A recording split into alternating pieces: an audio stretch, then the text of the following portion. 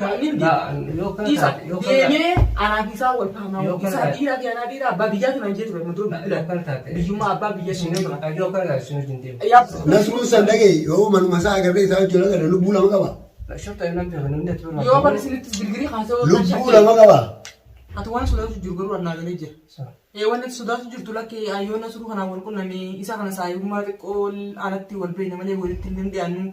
Si basaa irratti ifaa jeetii mashaakila maatii yaa wajjin biyya namaatti ka jiru mashaakila dhufettee ka sodaatte wanni mootummaa san maqaa deemtee assalamu alaikum warahmatullahi wabarakatuh kabajamtoota fi hordoftoota keenya jirra gaafa hawaasa dhufnee jirra gaa'ii guyyarraa mashaakila daa'im dhaabbatu gaa'ii rumaa ida'amaatuma diima nutis guyyarraa waan addaatiin dhufaatuma jirra aara sunoo dhufnee jirra gaa'ii akka sigaa hunoo jaranii kunis na biratti argamanii Assalamu alaikum warahmatullahi wabarakatuh. Ayya hordoftoonni daawwattoonni keenya harka fuudhee jirtu. As geenye egaa waluma jala guurannee wal jala jirra. Har'a gammachuu. Abbaan haqaa gubbaa ni aana. Kanaafuu salaama dhume. Assalamu alaikum warahmatullahi wabarakatuh. Jirtu mana Oromoo fi Haraatii fi biyya keessa jirtan addunyaa maraa kan jedhamu jechuudha. Inshallah kan tanah khairuna masih tanya berjira inshallah mana farwana nabrat terjemu rasanya cinta farhan tiko terus hidup bisa itu ture akan agak negara itu kebetulan senji cerit tiga kali waktu itu berubah toko kamar suruh dia ku mal nanti itu teh akan si berubah sun berasa dia kan mau kami sekarang mana sahaja aku nama mana sahaja aku bah iya berdeti nor dua berbade akkasitti Ibrahim kana beeka jechuudhaan akkasitti dabalee yaame isa akkamii obboleessa fayyadu mana Nasruu kana qabatamaan waan akkanatti ammaan kanatti abbaasuu dandeenyu moo akkamii wanni tunurra turtee jirti xiqqoo afuurina gaddeebi'ee uffannaa akkanachuu kana dhagee inshallah malee famaata jidduu maasitti yaanis qabatamaan akkasii mana isaa dhaqee osoo hin taane karmoo lafarree Imarat tentu banjir je, fokus tentu banjir je ndak je, tapi mami, inshallah cuma kalau uruman fokus tentu banggal mani kalau apa sama ni jalan je, inshallah nam kat orang mana nu sangkat terus kawan dek tu. Amisi harapan wani berbadu, mana mek am durale haga mutumai le dim tak kaget dia, mutumai le dim ni turre, gize unda bakami kada ini khalifi kanas dimat menjera. Gisee hunda gaanis dhalaadhaa wacii baasee kuma gisee hunda gaamota poolisaati wajjin deemaas nu jirraa mana dhayne hunda hirraa beekuu nu jan kaan baatii lama dura beejanii bas agalli ishee kaa baatii lama dura beesan malee kaasanii dura deemuu kiyyaas mul'atu wayye maal mul'ataati immoo ammaan taa'aa kan uumaa xiqqoo wajjin malee saara ulee atuma qofaa deemee barbaadu anuma qofaa deemee harka keessaa qabdaa'u har'a immoo garuu eebee gurbaan akka deekka keessaa qabne waan dhugaatii burgonan isaa hojii deetee bakka san isa baafteen sibee akka keessaa qabne bolesa qabu. Sani bira dabara kana amma gurbaan as fidina jettee yoo ati Abdurrahman as baafne uleen keessa naannoo lama shurxaan deemee isaan barbaachisan mana keetti si fidu. Rakkoon qabu bara mana beekuu finne.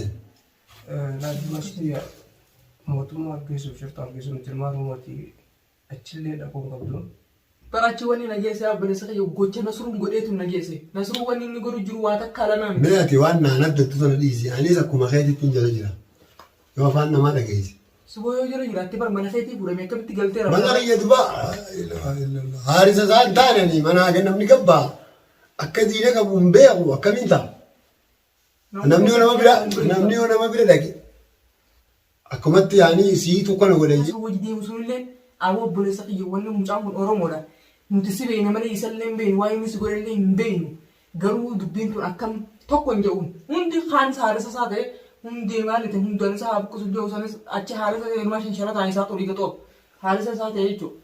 Tokko hago dubbiin tun akkam jiru. Kana amma sanuun taa'u dhufuuf deemte maaliiti wanni gurbaa kana barbaadee miilaa fi dawwalli inni isaa ta'u gurbaa as baasee fideef duraanuu mana meeqa dhabnee akka dhabaa jirru haa walumaanuu ni beeknaan akkaan mana arabaa hunda seenee arabaa hundaa ijoolloon ni beektaan. Akkasii amma immoo garuu eegi gurbaan kun harka seenee inni illee obboleessa keenya haa Oromooti haa qabames obboleessuma isaati akka obboleessaa tokkotti dhaabbatee osoo dubbii sana irraa garagalus hin taane yoo haa mashaakilaan naqu nammoo kam jee fira sodaatu osoo hin taanetti qabatamatti inni illee si hojii deemeen hojii dhaabbatee waan barbaachisaa hunda anaa isin danda'a. Waan hundaan isin cinaan dhaabbadhaa. Qaama mootummaatiin sun waan hundi ijjana galee jira deemu jirra isaanillee isinitti makaa yoo barbaadan.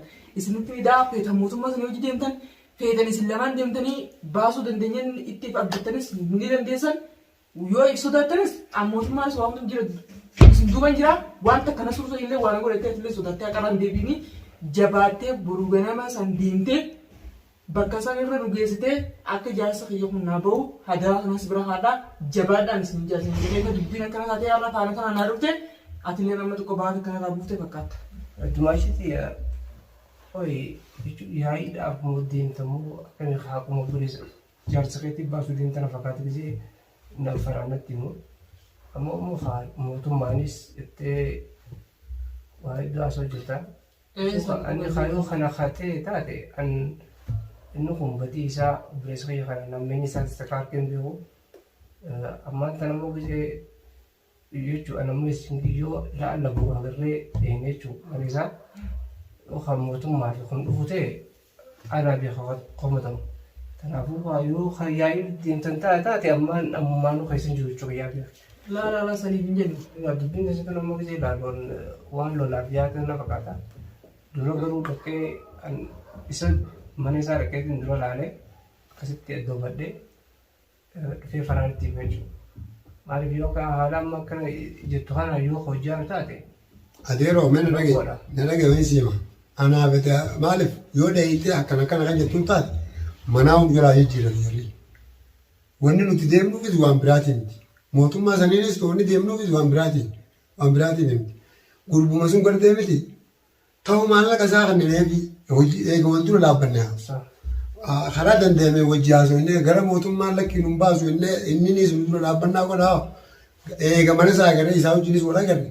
Oromoo manguddoo dabalanne wanni sun akkatti furmaata argamu godhachuu fi haroora qabna malee yaa'iin nuti uumuu deemu hin jirtu. Eega akkas taate anis waan takaasin jaa mootummaa osoo hin taane nama isa dhiyaatu daallee egaa buleessa keenya akkanatti barbaachisaa yookaan irraa balleessee ittiin manguddummaadhaan jiraame akkas yoo goone hoo. Amma isin akkana dhayitee ati amma isaa kana ati waan sodaatu jiru garuu annaa galee jira. Wanti sodaatu jirtu lakkee ayyoona suru kanaan wal qunnamee isa kana saayummaa xiqqoo alatti wal beekna malee walitti hin dhiyaannu si basaa irratti faajeetii mashaakila maatii yaa wajjin biyya namaatti fajiru mashaakila dhufettee takka sodaatte. Wanni mootummaa sammaqaa deemnee sodaadhaa miti. Wanni mootummaa sammaqaa deem bakka manni isaa kan argametti mootummaan dhayitee qabuu dandeessisa. Wanni inni har'a gochaa kana hojjeteefu. Yookaan sodaa qabaatu ta'ee hin baane dhagaa. Manuma barsiisee haa deemu. Bas. Ani kana jakka.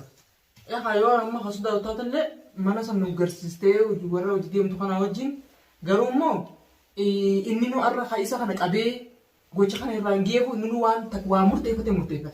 Yaa obboleessa fi namni har'a nama qabee nama harkaa qabu kan nama cafaqu. Hacafaqee maallaqa buusee awwaalaa namaan jiru kun waan abdate malee bilaashi miti. Saniifuu dubbiin dirqama mootummaa geessi. Akkanaan ta'a halee faraa nama wal agarree inni beeka jiruun karaa akka biranatti ni beeka akka amma yoonni kan osoo hin taane gaarii barbaannaa obboleessuma kan tokko akkanatti. Harhaan akka amma duraan isarraa dhageetti gurbaa bireedu tokko gabbee raqama irraa fudhatee ture. Raqama na dawwalanii awwaalaa buusinaan jira. Aboo isiniif hin buusaayii akkaawuntii natti ergaadhaan diiman na raqaban. Nin dhiise fuudhee raqama sana isatti kan osoo bakka waajjira poolisaa jirru. Fuudhee raqama sana irra dawwalee isa innillee afaan isaa itti dabree gaafatee jalaa haase gurbaa inni haarisa godhatee shanshanataan jaarsa kiyya olii qoxoo buusan. Jalaa haasee ilmaa waan biraatii miti arrabatti kuteewu. Wayii gaafadha dhaabuu dhume. Ati mee waasii immoo gabaabdumatti. Yoo ni fi kan kaan wajji dhaquu kan sodaattu taate manuma nu barsiiftee deebitoo. Akkasirra naafetti walumaan dheenye dumaashiin isaa teessu. Anumaafetti qofti osoo mashaakila takka namoonni hin jenne anumaafetti qofti dhaqu. Yookaan dhaquu nama isa dhiyaatu barbaanne waliin nu sadii nutti dhaqu. Akkasirra wayii maaliif anaafis maqaan nama badaafiif. Ammoo gurbaan bar waan abdatee kana godhu jira amma isin akkana kophaa dheenyee qabbanatu yoo jettan isinuma kanaa hoo qabee achitti isin hambisa. Namni bari nama waa harkaa qabu dubbata. Amma gurbaa harkannee gurbaa baareessitee gaaraan naqin as karaa fi maarreette Dhaabi. Maskaraa fi maal reejinni yoo gurbaan maal jiru jiramu dhiisima. Gurbaan ni beeka jee mana haan gorsiisu dura. Gaafa inni nu gorsiisee haa'ee manguddummaan ta'us walumaanuu otoo inni nu wajjin jiruudha. Finna malee amma oguu ammaan akkana inni gurbaan anuu rakkoon seenaa keessa deemuu jira gurbaan sodaachisee ni dhiisi nuti wanni barbaadu. Guru jaarsuma kee baasuun. Laati waan jaarsa kan baha akka keessatti mul'ata. Kanaatee wanni karaa biraattis mootummaa maallaqaa baasta. Dila san wanni injiin faraa irra dhiisi. Akkasii wayyaan fakkaata. Akkasii galatoon. Ati shubxaa kanaa gadi dhiibtuu waan takka wanni godhuu dandeenye jirtu. Nasruu san dhagee yoo manuma isaa agarree isaa jechuudha gara lubbuu lama qaba. Yoo barsiisnitti girgirii haasawaa Lubbuu lama qaba. Moo isaa fi Khaalidootu nama kanarra magaaluma sana keessaa hojjaba. Waan fadhe haa ta'u fadhu mujrimaa miti maafiyaa miti fadhe yoo ta'e gabaabdumatti yeroo wal agarre haanu ta'u wanni nuti barbaadu qabnu mana isaa qabatamaan eessa akka ta'e qofa.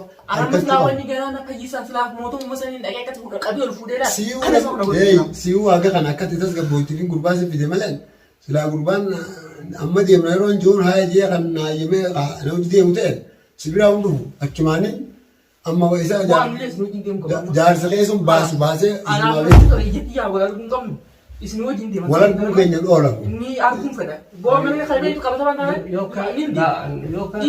deemee anaaf isaa wal faamaa isaa dhiiraa fi anaa dhiiraa abbaa biyyaatu nan jedhu muntoo biyyummaa abbaa biyya sun yaa boris hin jedhis hin jiru waan takkitti waan tokko sodaatu dhiisu deemsa akkanattis jaarsi kana kanaafuu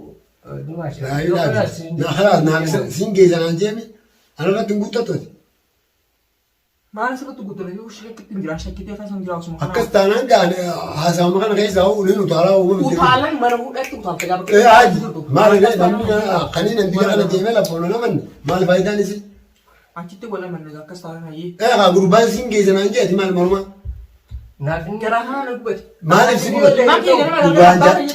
dhugaan jaarsa baasuu feenaan gurbaan siin geesse jeemi teessee nu dhageeffachuu.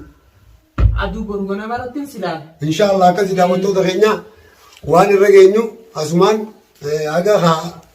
akka gaanu mijateen walitti deebinuu nagaan nu turaa. Assalaamu alaikum warahmatullahi wabarakatuh.